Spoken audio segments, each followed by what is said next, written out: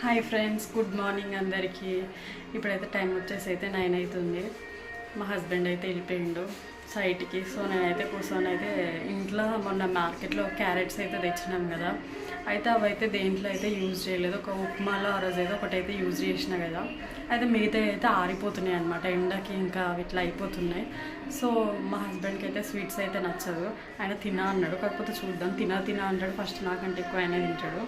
అయితే క్యారెట్ హల్వా అయితే instant carrot halwa 5 మినిట్స్లో చేసుకోవచ్చు. ఒక 10-15 మినిట్స్లో అయిపోతుంది. అంటే ఈజీ ప్రాసెస్ అనమాట. దీంట్లో ఏమంటారు, ఒక మిల్క్ లేకుండా, గీ లేకుండా, ఏది లేకుండా ఎట్లా చేయాలో నేనైతే చూపిస్తాను, చూడండి మీరు. మా పూజ కూడా కంప్లీట్ అయిపోయింది. పొద్దున్నే రోజు పూజ కంప్లీట్ అయిపోయింది, కానీ నేనైతే స్నానం అయితే చేయలేదు. ఎందుకంటే కిచెన్లో ఆ వేడికి ఎంత స్నానం చేసినా మళ్ళీ స్నానం చేసినట్టు అయితే ఉంటుంది. సో ఈ వంట ఇదంతా ప్రాసెస్ అయితే కంప్లీట్ అయిపోయాక నేనైతే స్నానం అయితే చేయాలి.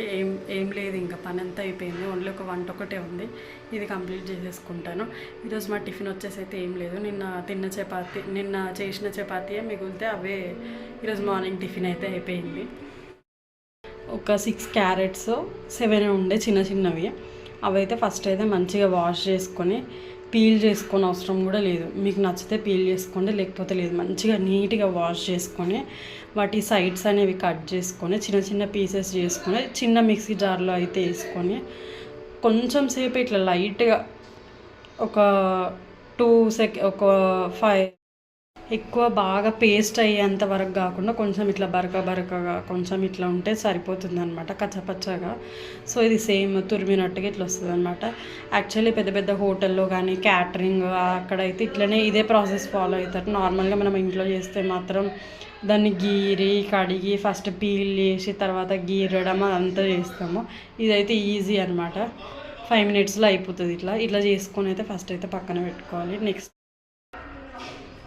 నెక్స్ట్ వచ్చేసి స్టవ్ అయితే ఆన్ చేసుకోవాలి.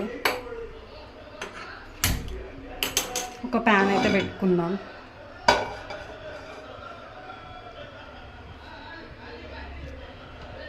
ఇది కొంచెం హీట్ అయ్యాక కొంచెం ఆయిల్ అయితే యాడ్ చేసుకోవాలి. ఇక్కడ నార్మల్గా గీ కూడా యాడ్ చేసుకోవచ్చు, కాకపోతే ప్రజెంట్ అయితే ఇప్పుడు మా ఇంట్లో అయితే గీ అయితే అయిపోయింది మొన్ననే.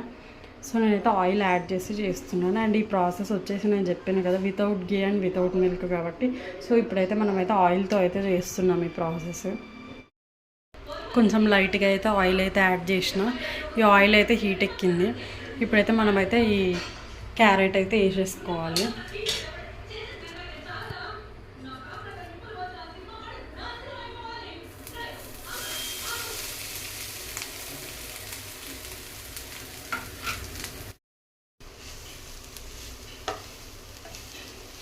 దీన్ని అయితే పచ్చివాసన పోయేంత వరకు మొత్తం బాగా ఫ్రై చేయాలి. ఇదే మెయిన్ స్టెప్ అనమాట దీంట్లో. దీన్ని అయితే ఇప్పుడు పచ్చివాసన పోయేంత వరకు బాగా ఫ్రై అయితే చేస్తాను.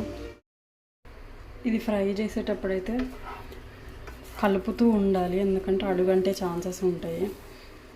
మీరు ఇట్లా కలుపుతూ ఉండకపోతే మాత్రం అడుగంటుతుంది. అప్పుడైతే మొత్తం స్వీట్ టేస్టే మొత్తం మారిపోతుంది, మాడు వాసన అయితే వస్తుంది. ఇదైతే మెయిన్గా గుర్తుపెట్టుకోండి. చూడండి, మంచిగా అయితే ఫ్రై అయితే అయిపోయింది. ఇప్పుడైతే దీంట్లో అయితే కొన్ని వాటర్ అయితే యాడ్ చేసుకోండి, మరీ ఎక్కువ కాదు, కొన్ని.